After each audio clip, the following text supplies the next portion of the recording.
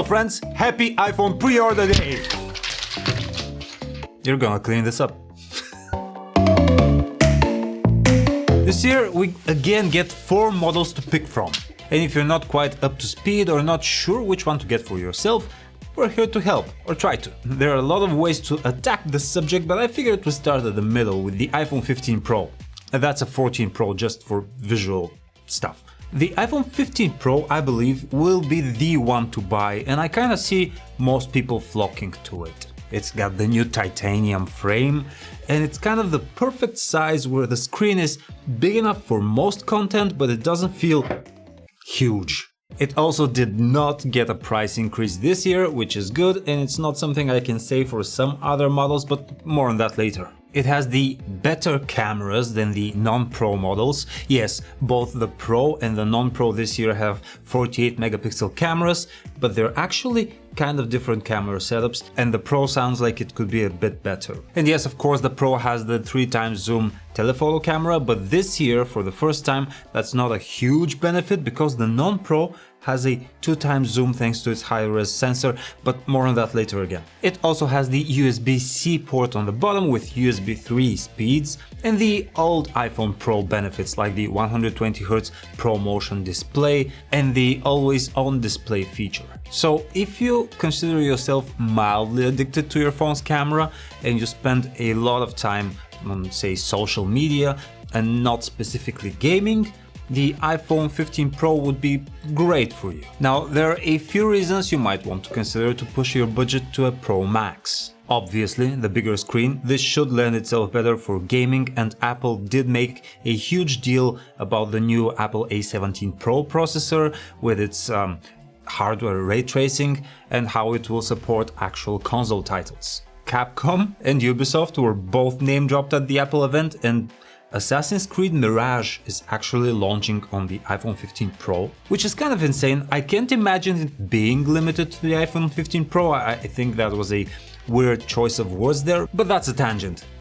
Gaming, titanium frame, big screen, the Pro Max will be a better choice for you. Secondly, the iPhone 15 Pro Max is the only iPhone to have the new 5x zoom tetraprism lens. So it's a 5x zoom or a 120mm equivalent focal length. It's not going to lend itself great for portraits, it's way too zoomed in for that, but it is going to give you more options for framing, especially when you want lossless optical zoom. I don't think the focus here is actual photography, more like videography. And especially with the new USB 3 speeds, you will be able to record 4K 60f ProRes directly through the USB into an external drive, which is great for workflow. Now, the iPhone 15 Pro Max did not technically get a price increase, but Apple simply removed the base storage 128 gig tier.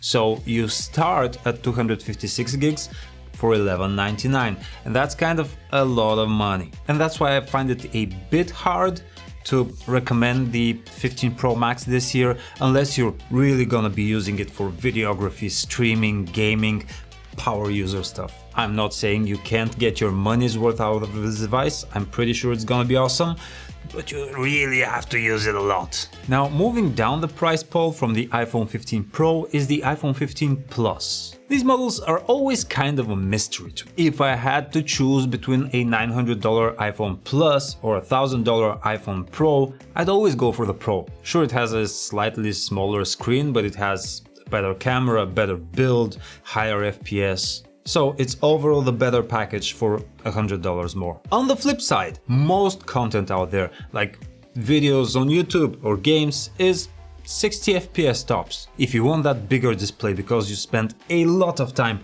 watching videos and playing games, sure, you won't have the super smooth animations when scrolling around the phone, but I get it. I think the iPhone Plus models are a great deal when carriers run promo offers with them, right? So you have an unlimited contract with an iPhone for $100 and an iPhone Plus for $200. Then, yeah, I totally get it. Pro models rarely get those kind of super offers. But an iPhone Plus on pre-order day, I can't say that's the best use of your money.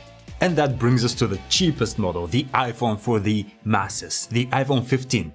No Plus, no Pro, no Max. iPhone 15. A ton of people are going to get this one, mostly because it's marketed as the new iPhone, and for most people who are not geeks like you or me, it's good enough. And secondly, well, because it is good enough. The new 48 megapixel sensor finally unlocks 2x zoom for portrait shots, and yes, that matters to me. The Apple A16 Bionic chip from the iPhone 14 Pro is now here in the iPhone 15. And the aluminum frame may not be as premium as brushed titanium, but at least it comes in various vibrant and fun colors, which allows people to accessorize and express themselves more through their handset. I am absolutely no stranger to recommending people buy the older iPhone model just so they can save some money, but this year I can very much go all in with the iPhone 15 because of the new camera, the USB-C connector, and hey, you even get the dynamic island. Now, is it an amazing feature?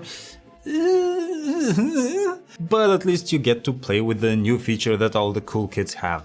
Now, it's a low blow from Apple that non-Pro iPhones have their USB-C ports limited to USB 2 speeds, which are a decade old by now. I mean, Apple themselves said USB 3 is 20 times faster.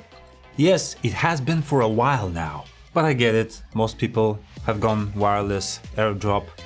To most people, it won't matter a lot. Overall, you can get the iPhone 15 if you want to keep things on a tighter budget but still get something that's fresh and new. As I said, the dynamic island, the new cameras are a good upgrade. So, which iPhone are you gonna buy? Comment section is down there, and I'm going out through there. Bye!